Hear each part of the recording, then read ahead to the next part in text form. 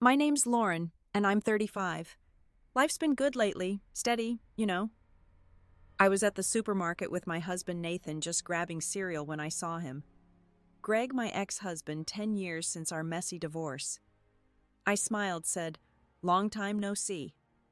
But when he looked at Nathan, his face went pale like he'd seen a ghost. He bolted, no words, just gone. Then my phone buzzed. Greg's text. "Divorce him now.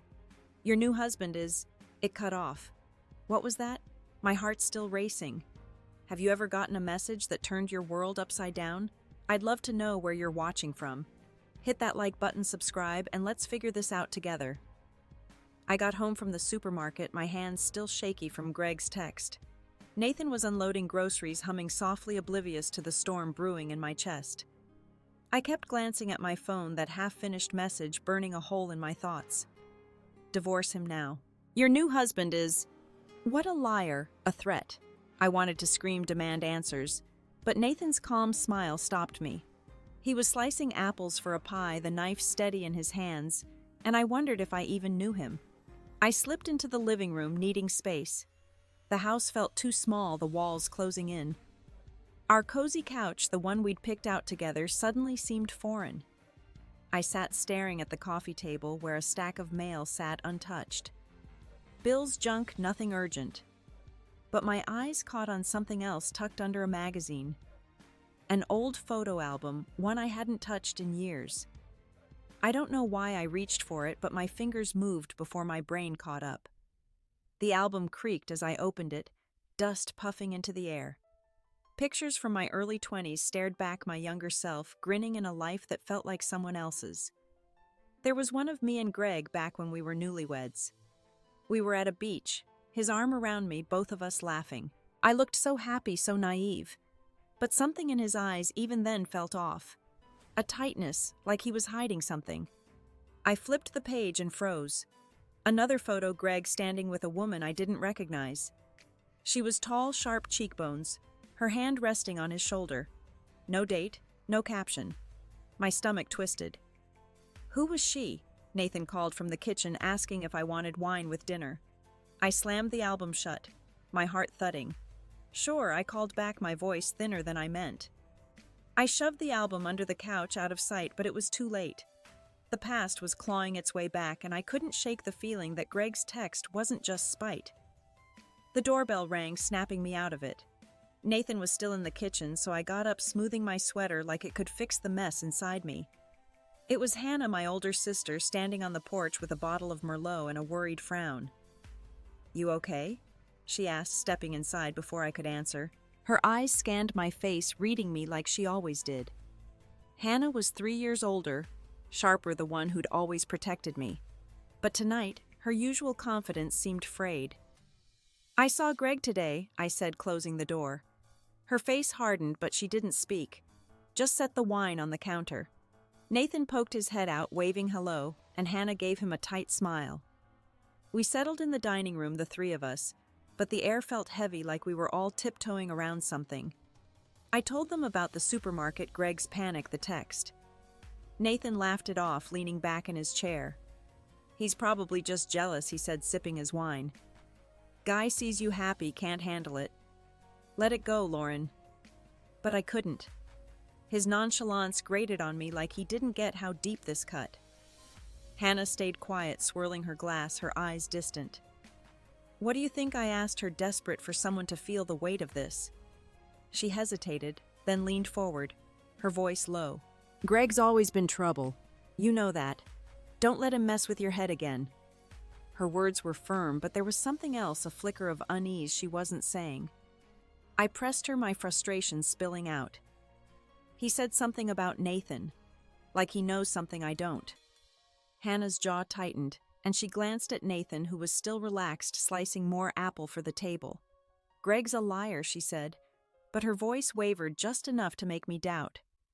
I remembered how she'd never liked him, even back when we were married. She'd warned me about his late nights, his excuses, but I'd brushed her off too and loved to listen. Now I wondered what she'd seen that I hadn't. Dinner dragged on, the conversation stilted. Nathan tried to lighten the mood telling a story about a coworker's bad haircut, but I barely heard him. My mind was stuck on that photo, that woman's hand on Greg's shoulder. And Hannah sitting across from me was holding something back. I could feel it. When Nathan stepped out to take a call, I leaned toward her. "What aren't you telling me?" I whispered. She sighed, rubbing her temples. "It's nothing, Lauren. Just, Greg wasn't who you thought. He never was. Don't go digging, okay? You've got a good thing with Nathan." But her eyes didn't meet mine, and that scared me more than Greg's text. I wanted to push to demand answers, but Nathan came back and the moment slipped away. Later, after Hannah left, I stood in the kitchen washing dishes, the hot water stinging my hands. Nathan came up behind me, wrapping his arms around my waist. "You're overthinking this," he murmured, his breath warm against my neck. "Greg's gone. We're good." I nodded, but my mind was elsewhere. The photo album. Hannah's hesitation. Greg's words. They were pieces of a puzzle I didn't want to solve, but I couldn't stop myself. I dried my hands, picked up my phone, and stared at Greg's message, my thumb hovering over the reply button. What did he know? And why did it feel like my whole world was about to crack open? I stood there, phone in hand, the kitchen clock ticking too loud in the silence. Nathan had gone to bed, his soft snores drifting down the hall, but sleep was the last thing on my mind. Greg's text glowed on the screen, daring me to respond. My thumb hovered, then tapped out a message before I could stop myself. "What do you mean?" "Tell me now." I hit send, my pulse racing like I'd just jumped off a cliff. No reply came, but the waiting felt like a weight pressing on my chest. I set the phone down and wandered to the back porch, needing air. The night was cool, the stars sharp against the sky. Our backyard stretched out, a patch of grass Nathan mowed every Sunday, his way of keeping things orderly. I loved that about him, his quiet steadiness, but now it felt like a mask. What if Greg was right? What if Nathan was hiding something? I pulled my sweater tighter, trying to shake the thought, but it clung like damp air. My mind drifted back to the early days with Greg before the fights and the divorce papers. We'd been so young, barely 25, renting a cramped apartment with leaky faucets. He'd come home late sometimes, smelling of cigarette smoke he swore wasn't his. I'd believed him, or wanted to. But there was one night, maybe a year into our marriage, that stuck with me now. He'd been on the phone, his voice low, urgent, in the bathroom with the door shut. When I asked who it was, he'd snapped, said it was work, and I'd let it go. I always let it go. That memory hit me now, sharp and bitter, because I wondered if Hannah had known more about those calls than she'd let on. The porch door creaked, startling me. It was just the wind, but my nerves were shot. I went back inside, locking the door behind me. The house was dark, the dishes still in the sink from dinner. I grabbed a sponge, scrubbing at a plate, like it could erase the questions swirling in my head. Why had Greg run? Why hadn't Hannah told me everything? And Nathan, my Nathan, who'd held me through nightmares and laughed at my bad cooking, could he really be someone I didn't know? My phone buzzed on the counter, and I dropped the sponge water, splashing my shirt. It was Greg. My heart thudded as I opened the message. "You don't know who you're married to. Ask him about Seattle." I stared at the words, my mouth dry. Seattle. Nathan had lived there before we met, working for some tech startup. He'd told me stories, boring ones, about coding and coffee runs. Nothing that screamed danger. But Greg's words planted a seed, and it was growing fast. I crept upstairs, avoiding the creaky step, so Nathan wouldn't wake. His laptop was on the dresser, closed, its sleek surface catching the moonlight. I'd never snooped before, not once in our 3 years together. But my hands moved on their own, lifting the lid. The screen flickered to life, asking for a password. I typed in the one I knew, his mom's birthday, and it worked. My guilt was drowned out by the need to know. I clicked through folders, my eyes scanning for anything about Seattle. Nothing stood out, just work files, photos of us, a budget spreadsheet. I was about to close it when I saw a folder buried deep, labeled "Old Stuff." My finger hesitated, then clicked. Inside was a single document, a scanned letter from a law firm. I skimmed it, my breath catching. Words like litigation and settlement jumped out, tied to a company I didn't recognize. Nathan's name was there, listed as an employee. It wasn't clear what he'd done, but the date matched his time in Seattle. I closed the laptop, my hands trembling. This didn't prove anything, but it didn't feel like nothing either.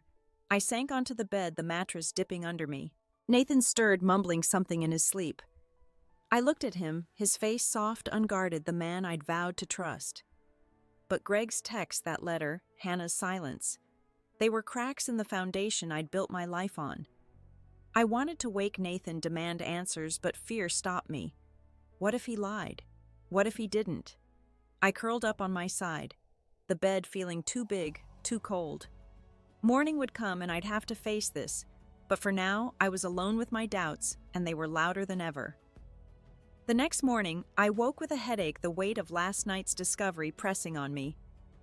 Nathan was already up brewing coffee, his back to me, as I shuffled into the kitchen.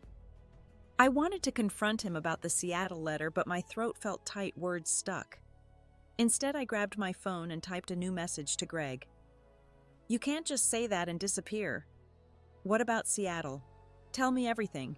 I hit send, my fingers cold, and slipped the phone into my pocket before Nathan could notice. At the community center where I managed after-school programs, the day dragged. Kids laughed, tossing basketballs, but their noise grated on me. I sat at my desk, staring at a stack of permission slips, unable to focus. My phone stayed silent. Greg's silence louder than any reply. I kept picturing that letter, Nathan's name inked on legal paper. What had he done? And why hadn't he told me, Lisa? My coworker poked her head into my office, her ponytail swinging. You okay, Lauren? You look like you didn't sleep. Her bluntness usually made me smile, but today it stung. I snapped, I'm fine, just busy. She raised an eyebrow, unfazed, and leaned against the doorframe. Sure, but you're scaring the kids with that face. I sighed, rubbing my eyes. Lisa wasn't wrong, but I didn't need her calling me out. She didn't leave, though. Instead, she pulled up a chair, her voice softening. My ex used to do this thing, she said, unprompted. He'd drop these cryptic hints about stuff like he knew something I didn't. Turned out he was cheating, covering his tracks by making me doubt myself. Messed me up for years. Her words hit too close, stirring the paranoia I'd been fighting. I looked at her, my guard slipping. What if Nathan's hiding something, I blurted, surprising myself. Lisa shrugged, but her eyes were kind. Then you find out. But don't let some jerk from your past twist your head. Guys like that love control. Her story lingered, a mirror to my own fears. I nodded, but my stomach churned. Was Greg just manipulating me again, or was Nathan the one playing me? I left work early, claiming a migraine, and drove to a coffee shop to meet Julia, an old college friend who'd stayed in touch with Greg after our divorce. The shop was crowded, the smell of espresso thick in the air. Julia was already there, her curly hair pulled back, sipping a latte. She hugged me, her smile fading when she saw my face. What's wrong? She asked, straight to the point. I told her about the supermarket, Greg's text, the Seattle hint. Her eyes widened and she set her cup down hard. Greg's a mess, Lauren. After you split, he fell apart. Gambling debts, sketchy business deals. I heard he owed some bad people money. Her words painted a picture I hadn't expected. Greg, the charming guy I'd married, reduced to a desperate shadow. But it didn't explain his warning about Nathan. Did he ever mention Seattle, I asked, leaning forward. Julia frowned, thinking. Not really. But he did say once that he got burned by some tech deal there. Blamed everyone but himself, of course. My heart sank. Was that the link? Had Nathan's job crossed paths with Greg's schemes? I pressed her for more, but she shook her head. I cut contact when he started asking for loans. He's not the guy you knew. I left the coffee shop, my head spinning. Julia's words clashed with Lisa's warning, and Greg's text felt like a noose tightening. I checked my phone again. Still nothing. My anger flared, hot and sharp. Greg was toying with me, dangling half-truths like he always had. But Nathan, my husband, the man I'd built a life with, he was part of this too. That letter wasn't nothing. I gripped the steering wheel, my knuckles white, and made a decision. I wasn't waiting for Greg's games anymore. I'd get answers no matter what it cost. Driving home, my resolve hardened, but my chest felt like it was caving in. The radio hummed low some country song about heartbreak, and I switched it off, needing silence. I couldn't shake Julia's words about Greg's debts or Lisa's story about her ex's lies. They swirled with that letter on Nathan's laptop, each piece a jagged edge cutting deeper. I pulled into our driveway, the house dark, except for a glow from the living room. Nathan was probably watching TV, unaware of the storm I was carrying. Inside, I found him on the couch, a beer in hand, the game flickering on the screen. He smiled, patting the cushion beside him. "You're home early. Feeling better?" His voice was warm, but it grated like he was pretending everything was fine. I stood frozen, my bag still slung over my shoulder. "We need to talk," I said, my tone sharper than I meant. His smile faded, and he muted the TV, sitting up. I didn't sit. I couldn't. My legs felt restless, like I needed to move or I'd break. "What happened in Seattle?" I asked, my voice steady but cold. Nathan's brow furrowed, confusion flickering in his eyes. "Seattle? What do you mean?" He sounded genuine, but I'd heard that tone before from Greg when he'd dodge questions with charm. My stomach twisted, doubt creeping in like poison. "Don't play dumb," I snapped. "I saw the letter. The lawsuit. Your name was on it." His face changed, a flash of something, guilt or fear, I couldn't tell. He stood, setting the beer down, his hands raised like he was calming a wild animal. "Lauren, hold on. What letter? You went through my stuff." The accusation in his voice stung, flipping the blame back on me. I felt my face flush, anger mixing with shame. "Don't turn this around," I snapped. "Greg texted me, said you're not who I think, and now I find legal papers you never mentioned. What am I supposed to believe?" Nathan's jaw tightened and he stepped closer, his voice low. "Greg, you're listening to that loser. He's trying to ruin us, and you're falling for it." His words were sharp, slicing through my resolve. I wanted to believe him, but the letter, Greg's warning, they were too heavy. I pulled out my phone, my hands shaking, and opened Greg's latest text. He said to ask about Seattle. Why would he say that if there's nothing to hide? Nathan's eyes darted to the screen, then back to me. For a split second, he looked trapped, like a man caught in a lie. "I don't know what he's talking about," he said, but his voice cracked, betraying him. I stepped back, my heart pounding.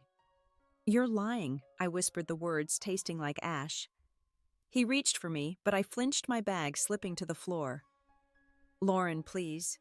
I love you. Whatever you found, it's not what you think." But his words felt hollow, rehearsed. I thought of all the nights I'd trusted him, shared my fears, my past. Had it all been a front? My mind flashed to our wedding, his vows, the way he'd promised to never hurt me. Now those promises felt like glass shattering under the weight of this moment. I turned and walked to the bedroom, my vision blurring. Nathan called after me, but I shut the door, locking it. I sank onto the bed, my breath ragged. My phone buzzed again, another message from Greg. "He's dangerous. You're not safe." I stared at it, my fingers trembling. Dangerous Nathan, with his gentle hands and easy laugh. Or was Greg the danger, pulling strings to break me again? I didn't know who to trust, but the fear was real, choking me. I curled up, the room spinning, my world unraveling with every heartbeat. I barely slept, my mind a tangle of Nathan's denials and Greg's warnings. By morning, I was a wreck, my eyes puffy, my hands unsteady as I made coffee. Nathan was gone. Left a note saying he'd be at work early. The house felt hollow without him, but I was glad for the space. I couldn't face him, not after last night's fight. My phone sat on the counter, Greg's latest text still unanswered. "He's dangerous. You're not safe." I needed answers, not more riddles. I grabbed my keys and headed out, determined to confront Greg myself. I texted him short and sharp. "Meet me at Willow Park. Noon, no games." He replied instantly. Just one word, "Fine." The park was a short drive, a quiet spot with picnic tables and a pond where kids fed ducks. I got there early. Pacing near a bench, the autumn leaves crunching under my boots. The air was crisp, but I was sweating, my nerves on edge. What was I even hoping to hear? The truth? Or just something to make sense of the chaos? Greg showed up right at noon, his jacket wrinkled, his face gaunt. He looked older than I remembered the charm I'd once loved, worn thin. "You came," he said, his voice low, almost surprised. I crossed my arms, keeping distance between us. "Start talking," I said. "What's this about, Nathan? Why'd you run at the supermarket?" He glanced around like he was checking for eavesdroppers, then stepped closer. "He's not who you think, Lauren. Back in Seattle, he was part of a deal that went south. People got hurt. I'm trying to protect you." His words hit like a punch, but I didn't flinch. "Protect me. You after everything you did." My voice shook, memories of our divorce flooding back, his lies, his blame. Greg's eyes narrowed, but he didn't back down. "I messed up, yeah. But Nathan's worse. That lawsuit you found, it wasn't just paperwork. He helped cover up a fraud, millions gone, lives ruined. I was there, Lauren. I saw it." I staggered back, my breath catching. Fraud Nathan. The man who paid our bills on time, who volunteered at the shelter, who kissed my forehead every night. It didn't add up, but Greg's certainty was a blade slicing through my doubts. "You're lying," I said, but my voice was weak, unconvincing. He shook his head, pulling out his phone. "I have proof. Emails, documents. I'll send them to you, but you need to leave him now." Before I could respond, a shadow fell over us. I turned and there was Nathan, his face dark with anger, his fists clenched. "Get away from her," he growled, stepping between me and Greg. My heart stopped. How did he know I was here? Had he followed me? Greg smirked, unfazed. "Told you, Lauren. He's got secrets." Nathan spun on him, his voice low, dangerous. "You're a con, Greg. Tell her the truth or I will." I stood frozen, trapped between them, my pulse roaring in my ears. The park, the pond, the kids laughing in the distance, it all faded. There was just Nathan's fury, Greg's smugness, and me drowning in questions. "Stop it," I said, my voice breaking. "Both of you just stop." But they didn't. Greg stepped forward, jabbing a finger at Nathan. "Tell her about the money, Nate. Tell her how you walked away clean while I took the fall." Nathan's eyes met mine, and for a moment I saw something raw, something scared. "Lauren, don't listen to him," he said, but his voice cracked and I felt the ground shift beneath me. Was this the truth? Was my husband a stranger? I wanted to scream, to run, but my feet wouldn't move. The world was collapsing, and I was caught in the rubble waiting for the next blow. The air in the park thickened, Nathan and Greg glaring at each other like wolves ready to lunge. I felt like I was choking my voice, lost in the chaos. Then an older man, maybe 70, appeared from a nearby path, his cane tapping the ground. His gray hair was thin, his eyes sharp despite his age. "You folks all right?" he asked, his voice gravelly, cutting through the tension. I wanted to say no, to beg for help, but my lips wouldn't move.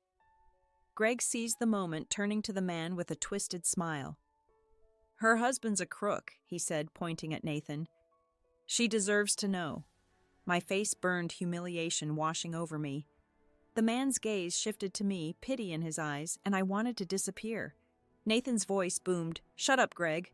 You're the one who's been dodging the law." The accusation landed like a bomb, and Greg's smirk faltered, but only for a second. The old man. Harold.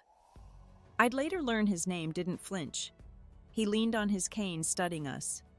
"Sounds like you've all got secrets," he said, slow and deliberate. "Be careful who you trust. Neither of these men looks clean to me." His words were a slap, cold and final, and I felt my knees buckle. Neither was I surrounded by liars. The park spun, the trees blurring into a haze. Nathan grabbed my arm, his grip firm but not cruel. "Let's go, Lauren. You don't need this." But I yanked free, my voice finally breaking through. "Don't touch me. I don't know who you are anymore." His face crumpled, hurt flashing in his eyes, but I didn't care. Greg laughed, a bitter, ugly sound. "Told you, Lauren. He's been playing you, just like I did." That admission, so casual, so cruel, ripped me open. Greg wasn't even pretending to care anymore. He'd manipulated me then, and he was doing it now, but Nathan's silence was worse. Why wasn't he fighting harder? Why wasn't he explaining I turned to him desperate for something, anything to hold on to? Say it's not true, I pleaded, my voice cracking. Tell me he's lying. Nathan's mouth opened, but no words came. His hesitation was a blade slicing through the last thread of trust I had. Greg stepped closer, his voice low, venomous. He can't. Because he knows I've got the proof. Emails, bank records, all tying him to the scam. You married a fraud, Lauren, and he let me burn for it. I shook my head. Tears streaming down my face, but the words burrowed deep, poisoning everything. Harold cleared his throat, his voice steady. Young lady, walk away. Men like this, they'll drag you down with them. He turned, hobbling back toward the path, leaving me with that warning echoing in my skull.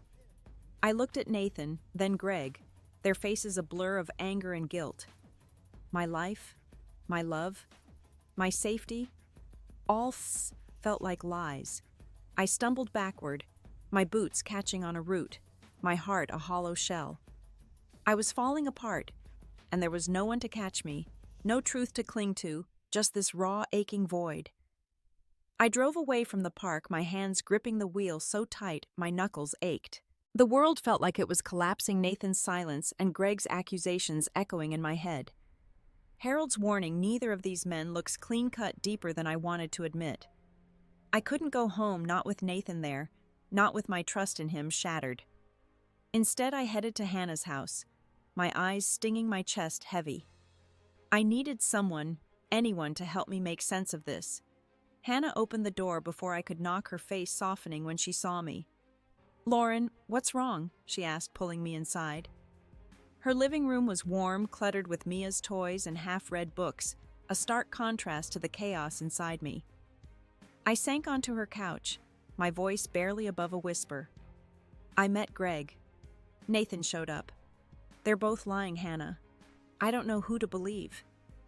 She sat beside me, her hand on my knee, but I saw the flicker of guilt in her eyes. What did Greg say? She asked, too carefully. I took a shaky breath, telling her about the park, Greg's claims about Nathan's fraud, Nathan's failure to deny it. Her jaw tightened when I mentioned Greg, and I couldn't hold back anymore. You knew something about him, didn't you, back then? Why didn't you tell me? Hannah looked away, her fingers twisting the hem of her sweater. I loaned him money, she admitted, her voice low. After your divorce. He said he was in trouble, promised to pay me back. He didn't. I didn't want to hurt you more, so I kept quiet. Her confession stung, another betrayal, but it also lit a spark in me. I was done being the one left in the dark. I'm hiring a lawyer, I said, the words surprising me as they came out. I need the truth, not their stories. Hannah's eyes widened, but she nodded, squeezing my hand. Do it. You deserve answers. That night I searched online, finding Margaret Coleman, a lawyer with a reputation for cutting through lies. Her website showed a woman in her 40s, sharp-eyed, no nonsense. I called her office, leaving a message, my voice steadier than I felt. The next morning I met Margaret at her downtown office, a small space with stacks of files and a coffee maker humming in the corner. She listened as I poured out everything from Greg's text to the park confrontation. Her pen moved fast, jotting notes, her face calm but focused. We'll dig into both of them, she said, her voice like steel. Nathan's lawsuit, Greg's claims, all of it. I'll need access to anything you've got. Emails, texts, that letter you found. I nodded, feeling a strange relief. For the first time, I wasn't just reacting, I was doing something. Back at Hannah's, I started packing a bag. I couldn't stay with Nathan, not until I knew the truth. Hannah helped folding my clothes, her silence supportive but heavy. As I zipped the bag, I pulled out a notebook from my purse, one I hadn't touched in years. My hands trembled as I opened it, the pages filled with scribbled thoughts from after my divorce. Words about fear, shame being enough. I'd stopped writing when I met Nathan, thinking I didn't need it anymore. Now I grabbed a pen and started again, pouring out the pain, the doubt, the anger. Each word felt like a brick building something new inside me, something unbroken. I looked up at Hannah, my voice firm. I'm not letting them define me anymore. She smiled, small but real, and I felt it, a quiet strength rising like a tide I hadn't known was there. I wasn't fixed, not yet, but I was moving, and that was enough for now. I stayed at Hannah's for 2 nights, the guest room, a quiet refuge with its faded quilt and creaky bed frame. My notebook became my anchor, its pages filling with raw, jagged thoughts.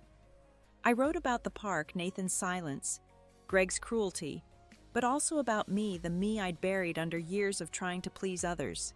I traced back to my childhood, my mother's voice sharp in my memory, always telling me I wasn't enough.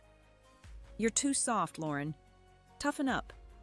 Those words had shaped me, made me doubt myself, made me cling to men like Greg and Nathan, hoping they'd prove her wrong. Writing it down hurt, but it also felt like peeling off a bandage, exposing the wound so it could heal. Margaret called the next day, her voice brisk.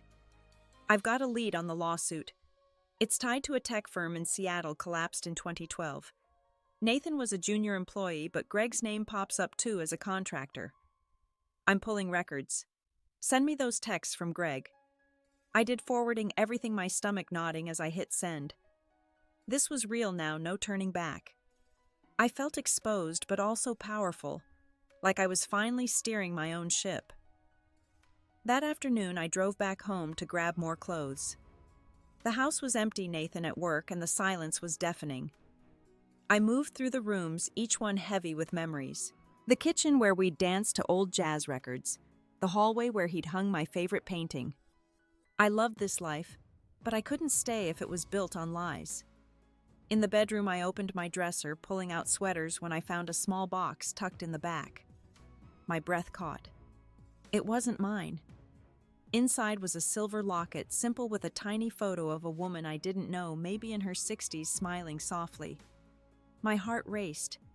Was this Nathan's, a secret he'd kept? I snapped it shut, shoving it in my pocket, my mind spiraling. I didn't have time to process it before the front door opened. Nathan's voice called out, "Lauren, you here?" I froze, my bag half packed, the locket burning against my thigh. He appeared in the doorway. His tie loosened, his face tired but hopeful. "You're back," he said, stepping closer. I held up a hand, stopping him. "I'm not staying," I said, my voice steady despite the ache in my chest. "I need the truth, Nathan. All of it. About Seattle, the lawsuit. Everything." His eyes darkened, but he didn't look away. "I was going to tell you," he started, his voice low. "I was young, caught up in something I didn't understand. I didn't break any laws, Lauren. I swear." His words sounded earnest, but I'd heard promises before. I pulled out the locket, holding it up. "Then what's this? Who is she?" His face went pale, and for a moment, he looked like a stranger. "It's my mother's," he said, his voice cracking. "She died when I was a kid. I kept it to remember her." My throat tightened, guilt mixing with doubt. Was he telling the truth? Or was this another layer of deception? I zipped my bag, slinging it over my shoulder. "I've hired a lawyer," I said, watching his reaction. His shoulders sagged, but he nodded. "Do what you need to," he said, his voice barely above a whisper. I walked past him, my heart pounding, but as I reached the door, I turned back. "I want to believe you," I said, my eyes locked on his. "But I have to believe myself first." I left the door clicking shut behind me and drove back to Hannah's, the locket still in my pocket. In the guest room, I opened my notebook again, writing one last line, "I am enough." I closed it, set it on the nightstand, and stood by the window, staring at the dusk settling over the street.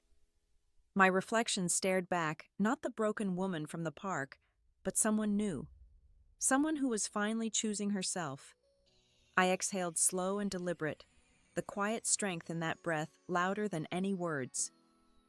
I woke at Hannah's, the morning light pale through the guest room curtains. My notebook lay open on the nightstand, its last line, "I am enough," staring back like a vow. Hiring Margaret and confronting Nathan had shifted something in me, but the weight of what came next settled heavy. I sipped coffee at Hannah's kitchen table, Mia chattering about school, her voice a bright thread in the quiet. Hannah watched me, her eyes cautious, like she was waiting for me to crack. I didn't. Not yet. Margaret called mid-morning, her voice clipped but steady. Got something. Greg's been forging documents trying to pin the Seattle fraud on Nathan. Bank records show he siphoned funds himself. Nathan's clean, at least on paper. My breath caught relief tangled with dread. Nathan wasn't the villain, but Greg's lies cut deeper than I'd expected. What now? I asked. Margaret's reply was firm. We confront Greg mediated. I've set it up for tomorrow. Be ready. I hung up my hands cold. Facing Greg again felt like walking into a trap, but I'd started this. No backing out. I spent the day at Hannah's helping Mia with a science project gluing paper planets to a poster board. Her small hands fumbled and I steadied them, my own resolve mirroring the task. Keep it together piece by piece. But my mind kept drifting to Nathan, to the locket, to the man I'd left behind. That evening I met Lisa at a diner near the community center, needing air and a friendly face. The place smelled of grease and pie, its red booths worn but cozy. Lisa slid into the seat across from me, her smile warm. You look like you're carrying the world, she said, stirring sugar into her coffee. I told her about Margaret's findings, the mediation, my move to Hannah's. Her eyes lit up proud. You're not running anymore. That's big. She leaned forward, her voice softer. I settled things with my ex last month. Got an apology, believe it or not. Didn't fix everything, but it helped me let go. Her words landed gently, a reminder of what I was chasing, not just answers, but freedom from this mess. I nodded, sipping my tea, its warmth steadying me. I just want to know I'm not a fool, I said, my voice quieter than I meant. Lisa reached across the table, squeezing my hand. You're not. You're fighting for yourself. That's enough. Her certainty was a lifeline, but as we paid the check, my phone buzzed. A text from Nathan. Can we talk, please? My heart twisted, torn between hope and fear. I didn't reply, not yet.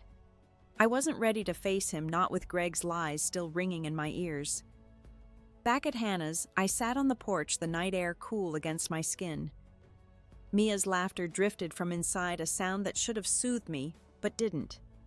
Margaret's words replayed Greg's forgery, Nathan's innocence. I'd pushed for the truth, and now it was here, sharp and unyielding. But instead of clarity, I felt stuck, like I'd opened a door only to find another locked one. Greg's betrayal was clear, but Nathan's silence, his hidden locket, they still gnawed at me. I stared at the stars, my breath shallow, the weight of tomorrow's mediation pressing down, freezing me in place. The morning of the mediation, I dressed in silence, choosing a plain sweater and jeans, nothing to draw attention. Hannah offered to drive, but I shook my head, needing the wheel to steady me. The mediator's office was a gray building downtown, its waiting room sterile with stiff chairs and a ticking clock. Margaret was already there, her briefcase open, papers neatly stacked. She gave me a nod, her confidence a quiet anchor. Stay calm, she said. Let me handle him. I nodded back, my throat too tight for words. Greg arrived late, his steps heavy, his eyes darting like a cornered animal. He sat across from me, the long table between us feeling like a chasm. The mediator, Paul, was a wiry man with glasses, his voice even as he explained the rules. No interruptions, no attacks. I barely listened, my gaze fixed on Greg, searching for the man I'd once loved. All I saw was a stranger worn down by his own choices. Margaret laid out the evidence, her tone sharp but measured. Bank records, forged emails, Greg's name tied to the Seattle fraud, not Nathan's. Each document was a stone piling up against him. Greg's face stayed blank at first, but his hands twitched, betraying him. You set me up, he spat, his voice low, aimed at me. You and your lawyer twisting everything. I flinched, but Margaret cut in her words like a blade. The records don't lie, Mr. Turner. You do. Paul suggested an exercise, something to ease the tension. He handed us each a sheet of paper, asked us to write a letter, not to send, but to express what we felt. I stared at the blank page, my pen heavy. What could I say to Greg? That he'd broken me? That I hated him? I wrote slowly, my words careful. You made me doubt myself, but I'm done letting you. I folded the paper, my hands steady, but inside I was unraveling. Greg scribbled fast, his pen scratching loud in the quiet room. When Paul asked if we wanted to share, Greg shoved his paper forward, his eyes locked on mine. "Read it," he said, his voice bitter. I hesitated, then unfolded it. The words were jagged, angry. "You ruined my life, Lauren. You and Nathan playing perfect while I lost everything. I should have let you burn too." My breath stopped, the room shrinking to just those words. He didn't just lie, he wanted me to suffer. I looked up, meeting his gaze, expecting defiance, but his eyes were empty, like he'd spent all he had. Paul cleared his throat, moving us on, but the moment hung heavy and cold. Margaret wrapped up, promising legal follow-ups, but I barely heard her. Greg's letter lay crumpled in my fist, its weight pulling me down. I'd fought for the truth, and here it was, uglier than I'd imagined. Not just his lies, but his hatred, raw and aimed at me. As we left, Greg brushed past his shoulder, grazing mine. No words, just a glance that chilled me. I stood in the parking lot, the sun too bright, the air too thin. Nathan's text from last night glowed on my phone unanswered. Margaret's evidence cleared him, but his secrets, the locket, the years he'd kept silent, they still stung. I'd won this round, but victory felt hollow, like ash in my mouth.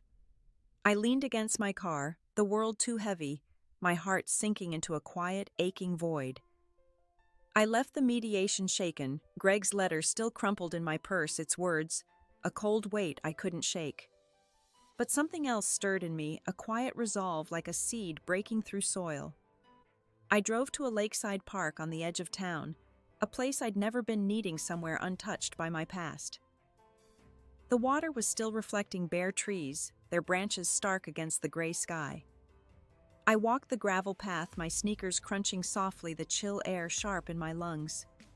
For the first time in weeks, I didn't feel like running. I found a bench by the lake, its wood-weathered initials carved into the armrest. Sitting there, I let my mind wander, not to Greg's lies or Nathan's secrets, but to me. I thought about the woman I'd been, always chasing approval, always afraid of being too much or not enough. That woman felt distant now, like a shadow I'd outgrown. The lake rippled, a duck gliding across, and I envied its ease, its trust in the water to hold it. My phone stayed silent. No texts from Nathan, no calls from Margaret. I was glad. I needed this moment, just me and the world, no one else's voice in my head. I pulled my coat tighter, watching my breath fog in the air, and let myself remember a time before all this, not my marriage or divorce, but further back. I was maybe 12, riding my bike down a dirt road, the wind in my hair, no worries, just freedom. I'd forgotten that feeling, that lightness. Sitting here, I wanted it back. I stayed until the sun dipped low, painting the lake gold. Back at Hannah's, I felt different, steadier. Nathan had texted earlier, suggesting a weekend trip somewhere quiet to talk rebuild. I hadn't replied yet, but the idea didn't scare me like it would have a week ago. I was starting to see him not as my savior or my betrayer, but as a man flawed like me. Maybe we could find a way forward, maybe not, but I wasn't afraid to find out. That night, Hannah invited me to a family dinner, just her, Mia, and me. Her kitchen smelled of roasted chicken and thyme, the table set with mismatched plates. Mia bounced in her seat, her ponytail swinging, telling me about a book she'd read, something about a girl who tamed a wolf. I listened, really listened, her excitement pulling me out of my head. Hannah caught my eye. Her smile soft, like she saw the change in me too. I helped clear the dishes, the clink of ceramic grounding me, and for a moment I was just Lauren, not the woman caught in a storm. I breathed slow, the warmth of the kitchen wrapping around me, a quiet promise of something new. Dinner at Hannah's wrapped up with Mia's giggles, her stories about school filling the room like light. I stacked plates in the sink, the warm water soothing my hands, and felt a calm I hadn't known in months. Hannah joined me. Drying a glass, her presence steady. "You seem different," she said, her voice soft. No judgment. I nodded, not trusting words yet. Different was right, but it wasn't loud or showy, just a quiet shift, like a river finding its course. Later, Mia tugged me to the living room, her small hand in mine. She wanted to show me her sketchbook pages filled with pencil drawings of stars and trees. One caught my eye. A girl standing alone, her face turned to the sky. "That's you," Mia said, matter of fact. I blinked my throat tight. "Me?" She nodded, serious. "You look strong even when you're sad." Her words hit deep, a mirror I hadn't expected. I hugged her, her hair smelling of strawberry shampoo, and felt something settle in me, a piece of myself I'd lost. Hannah and I sat after Mia went to bed, the house hushed. She poured tea, the steam curling between us. "I'm sorry I didn't tell you about Greg's loan," she said, her eyes meeting mine. "I thought I was protecting you." I sipped my tea, its bitterness grounding.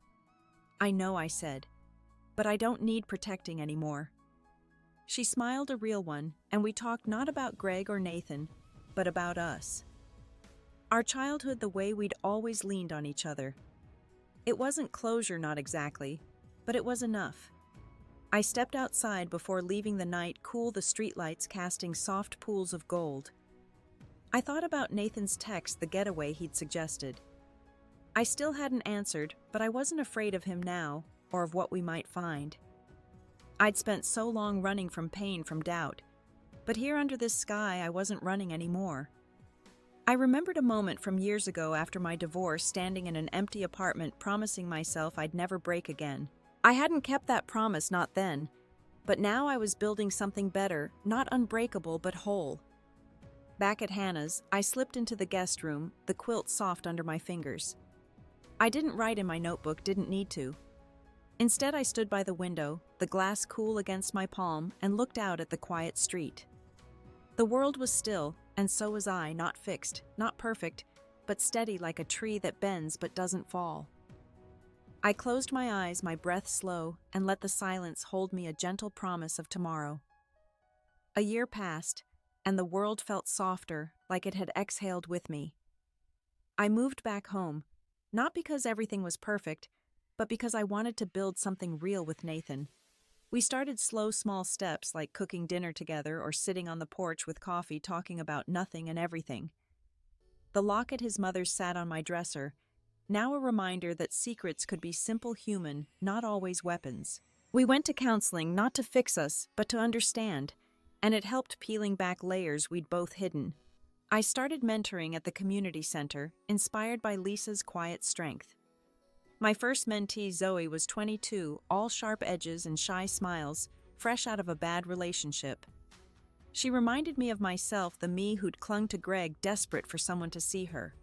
We met weekly, sorting through her job applications, her fears, her small wins. I didn't have all the answers, but I listened, and that was enough. Helping her felt like helping myself, stitching up old wounds with every conversation. One afternoon, I stopped by the supermarket, the same one where this all began.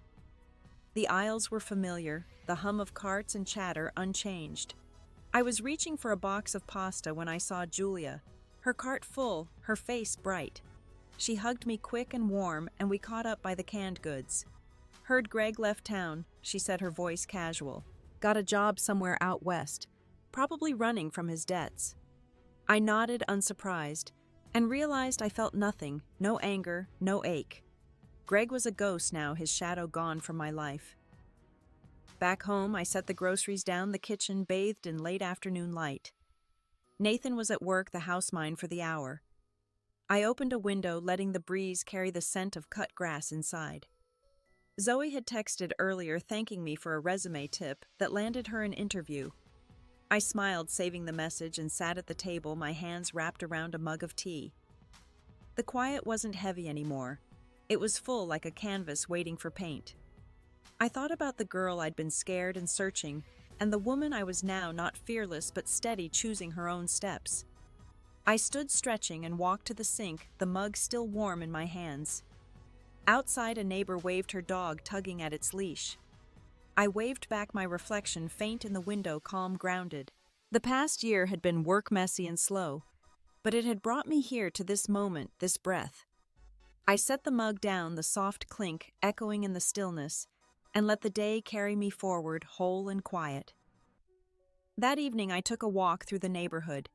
The streets quiet except for the hum of crickets. The air was cool, carrying the faint scent of blooming jasmine from someone's yard. I passed houses with glowing windows, families inside, each with their own stories, their own struggles. It struck me how small my world had felt a year ago, consumed by doubt and betrayal. Now it was bigger, not because the pain was gone, but because I'd learned to carry it differently. I stopped at a corner park, just a swing set, and a patch of grass lit by a single street lamp. I sat on a swing, my feet brushing the ground, and thought about Zoe. She'd called me earlier, nervous but excited about her new job. I'd told her she was ready and I meant it, but the words were for me too. I'd spent so long waiting for someone else to tell me I was enough. Greg Nathan. Even my mother's ghost. But the truth was, I had to say it to myself every day until it stuck. The lesson wasn't loud or grand. It was simple, carved from the mess of this year. Trusting myself wasn't about being right or never hurting. It was about choosing to stand up even when my knees shook, to ask hard questions, to walk away when I needed to. I'd learned to see people, Nathan, Greg, even Hannah, not as my anchors or my ruin, but as human, flawed, just like me. That freed me, not to forgive every wrong, but to let go of the weight that wasn't mine to carry.